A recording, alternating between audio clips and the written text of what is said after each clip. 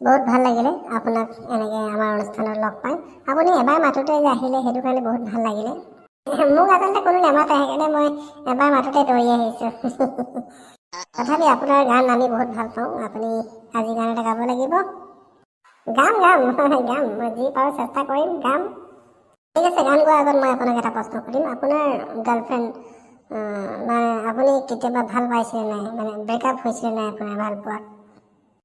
ভালটো চবেই পায়, আৰু মই যিমানটো জানো চবৰে ব্ৰেকআপ হয়।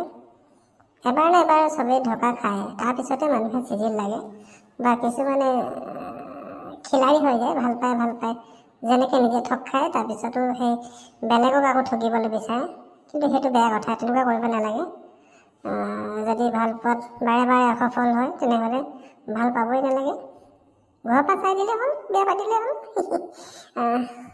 ঠিক কৈছে, আপুনি বহুত ভাল কথা কৈছে যে বাৰে বাৰে প্ৰেমত হাৰাৰ পিছত আকৌ চেষ্টা নকৰাই ভাল। ছিংগল থকাটো বেয়া নহয়, ছিংগল থাকিলে মানুহে বহুতখিনি কাম নিজেই কৰিব পাৰি আৰু লোকৰ টেনশ্যন নাথাকে। হ'ব, এতিয়া আপুনি আমাক গান এটা শুনাওক, যিহেতু আপোনাক গান গাবলৈ মাতিছোঁ। আপোনাক সকলোৰে আগত চিনাকি কৰি দিছোঁ, এয়া আমাৰ মৰমৰ শিল্পী। নাই, মই এই প্ৰথম গাম, আজি প্ৰথম ষ্টেজত উঠিছোঁহে আৰু। যি কি নহওক, আমাৰ কাৰণে আপুনি শিল্পী, গান এটা গাওক, ভাল লাগিব শুনিম। ঠিক আছে, মই ধৰিছোঁ তেনেহ'লে। মিউজিক চিউজিক নাই নেকি? নাই, আমাৰ ইমান বাজেট নাই মানে, সেইকাৰণে আপোনাক মাতিছোঁ। গম পাইছোঁ। মোক খালি যাব সময়ত গাড়ী ভাড়াটো দিব আকৌ। মই মানে বেলেগৰ বাইকত আহিলোঁ। ঠিক আছে, মই চেষ্টা কৰিম। মই আমাৰ কমিটিৰ লগত কথা পাতিম। আৰু মোৰ ভোকো লাগিছিলে, কিবা এটা যদি খুৱাই দিয়ে আৰু ভাল লাগিব। হ'ব, আমাৰ খিচিৰি বনাই আছে, আপুনি খিচিৰি খাই যাব পাৰিব। অকণমান ৰখিব, খিচিৰি খাই যাব। এতিয়া গানটো গাওক। বিহুৰে ঐ বতৰত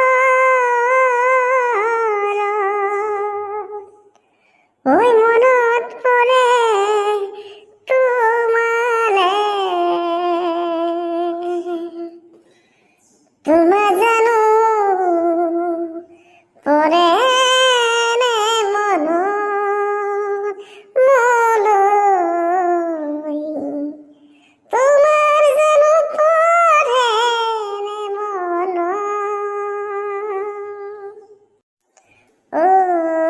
মৰম বুলি ভাবিছিলোঁ তোমাৰ কথাবোৰত, মাতিলে গৈছিলোঁ তোমাৰ এষাৰ মাতত। মৰম বুলি ভাবিছিলোঁ তোমাৰ কথাবোৰত, মাতিলে গৈছিলোঁ তোমাৰ এষাৰ মাতত। পাছতে বুজিলোঁ মই সেয়া মৰম নহয়, সেয়া মৰম নহয়, সেয়া মৰম নহয়। মই যিমানটো বুজি পাইছোঁ গানটোত, আপোনাৰ গানটোত আপোনাৰ চাগে সেই আপোনাক ঠগা যিজনী আপোনাৰ প্ৰেমিকা আছিলে, তেওঁৰ কাৰণেই গানটো গাইছে নিশ্চয়, হয়নে?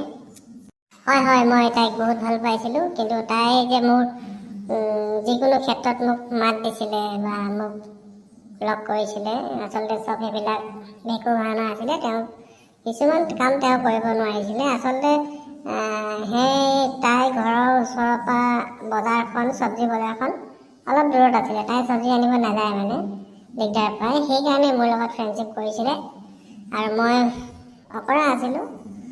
তাই মোক মাতি দিয়ে, মই দৌৰি যাওঁ ভাল পোৱা বুলি, আৰু তাই মিহি কথাবোৰ দিয়ে মোক, মিঠা মাত, তাকে আৰু দেখিবলৈ ধুনীয়া আছিলে। তাৰপিছত মই প্ৰেমত পৰি গ'লোঁ। তাই মোক চব্জিকেইটা অনাৰ পিছত ঘৰলৈ পঠিয়াই দিয়ে।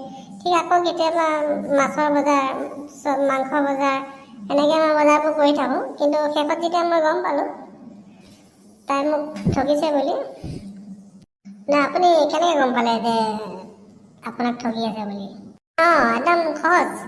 মই গম পালোঁ মানে সিহঁতৰ ঘৰৰ ওচৰতে ডাঙৰ বজাৰ এখন বহিলে, য'ত মাছ, মাংস, চব্জি চব পায়, দৰৱ চৰব চব। তাৰপিছত আৰু তাই মোক কল নকৰা হ'ল। তাৰপিছত মই ফোন কৰোঁ, তাই ৰিচিভ নকৰে, বিজি থাকে। তাৰপিছত মই সদায় এদিন তাইক খঙতে মই তাইৰ ঘৰলৈ গ'লোঁ, গৈ কিনি সুধিলোঁ। তেতিয়া তাই মোক ক'লে, মইতো তোমাক কোনোদিন ভাল পাওঁ কোৱা নাছিলোঁ, ফ্ৰেণ্ড হিচাপে মই তোমাৰ লগত কথা পাতিছিলোঁ আৰু মোৰ চব্জি বজাৰটো দূৰ আছিলে, মাংস বজাৰটো দূৰ আছিলে, যাবলৈ সুবিধা নাছিলে। সেইকাৰণে মই তোমাক অলপ ফ্ৰেণ্ডশ্বিপ হৈ মানে তোমাৰ পৰা হেল্প বিচাৰি আছিলোঁ।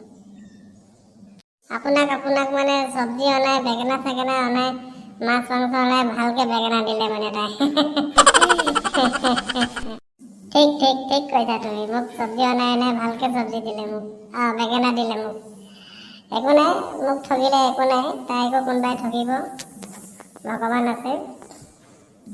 এতিয়া খিচিৰিটো খাব পাম নেকি? ঠিক আছে, আপুনি অলপ সময় ৰখিব, মই আপোনাক খিচিৰিটো খুৱাই পঠিয়াম। বহুত ভাল লাগিলে আপুনি আহি অকণমান গান গালে। আকৌ নেক্সট বছৰ আহিব আমাৰ এই মঞ্চত। আহিম, খিচিৰিটো খাব পালে আহিম, নহ'লে মই নাহোঁ।